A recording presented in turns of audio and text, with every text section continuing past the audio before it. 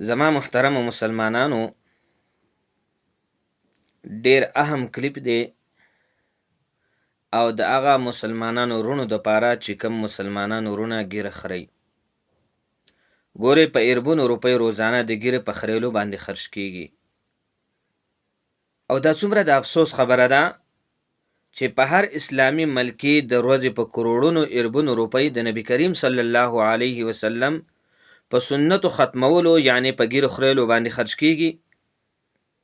کچری دا د میاشتې یا د کال حساب وکړی شي نو هغه د شمیر نه بهر دی، یعنی نشمیرل کیږي.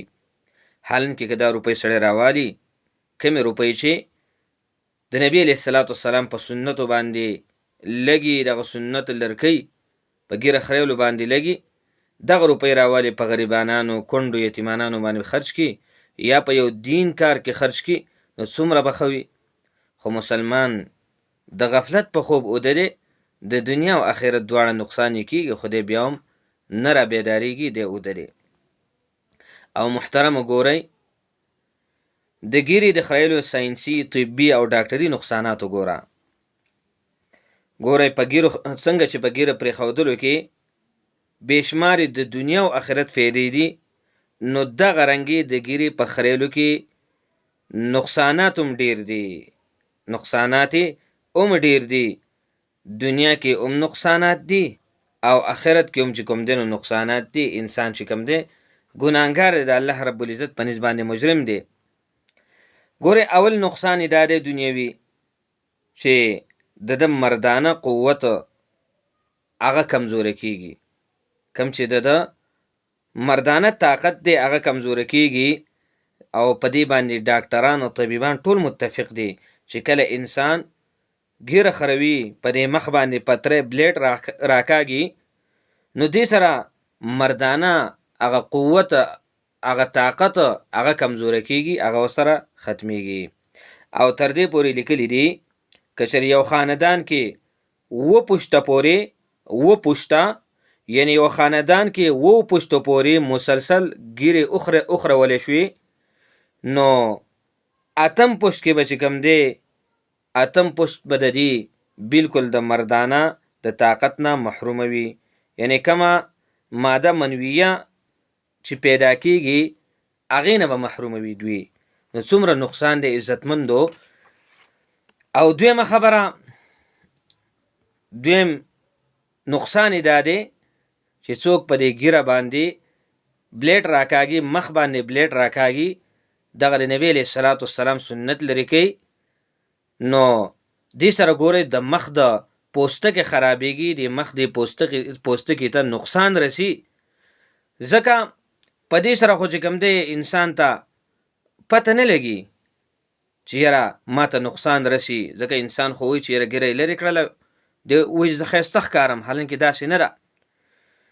حالانکې دی چې کله په دې مخ باندې بلیډ راکاږي نو دې سره یو زخم پیدا شي پکې او هغه به سترګو ښکاري نه. د د مخه که خیال مو کړی څوک چې ګیره خوري نو دا مخې لږ لږ په سوځېدو شروع شي، سوځي لږ لږ او خارښ کېږي. نو بیا د دې کې پکې چې کوم دی د دې بلیډ وهلو سره هغه مختلفه قسمه خطرناک جراثیم پیدا شوي وي. نو دغه جراثیم بیا چې کوم دی په وجود کې خورېږي او د دغه جراثیمو نه بیا قسمه قسم بیماری پیدا کیږي. او دریم نقصان دا د محترمو چې څوک نبی علیه الصلاۃ والسلام د سنت لري کوي او مخ باندې بلیډ راکاږي نو د سترګو نظر به کمیږي، سترګو نظر به کمیږي، سترګو نظر به ختم شي. او څلورم نقصان دا دی چې ګورئ کم رګونه چې د مرۍ او سینې ترمنځ راغلي دي نو دغه رګونه به د چې کوم دی نو متاثره کیږي او دغه رګونه به چې کوم دی د کمزوري کیږي. نو د دې وجې نه محترمو ګیرې مخری، ګیرې کې دنیاوي ام فایده ده او اخروي ام فایده ده. او ګیره چې پرې دی غټه کې نو دنیاوي ام فایده ده او اخروي ام فایده ده، او ګیره چې خری نو هغې کې دنیاوي ام نقصان دی او اخروي ام نقصان دی. د الله رب العزت په نسبت باندې دا انسان مجرم دی. نو د دې وجې نه هر مسلمان له پکار دی چې د نبی علیه الصلاۃ والسلام دا ښکلي سنت کم سے کم یو موټی پرېږدو، چې یو موټي نه زیاته شوله که بیا کټ کوي نو بیا تا د شریعت اجازه درکوي، بیا څه مسله نشته، خو ښکلې ښایسته ږیره پرېږدو نو زمونږ د دنیا هم فایده ده، آخرت هم فایده ده. او یاد ساتئ کم کس چې ږیره خوري او دی خانه کعبې ته لاړ، طواف کوي، طواف باندې لګیا دی، عمرې له لاړ، حج له لاړ، دې طواف باندې لګیا دی، خو اگر چې د ښکلی کار کوي، طواف کوي، خو دا یو ګناه ورسره خامخا دی، د سره دا تړلی دی چې هغه ږیره خریل دي. نو د دې وجې نه د ږیرې د خریلو نه ټول مسلمانان چې کوم دی نو دا اجتناب وکړو او ځان وساتو چې یاره نن نه پس زما دا قصد دی، زه به ښکلې ښایسته ږیره پرېږدمه او دا د نبي علیه الصلاۃ والسلام بلکې د ټولو انبیا علیه الصلاۃ والسلام سنت دي.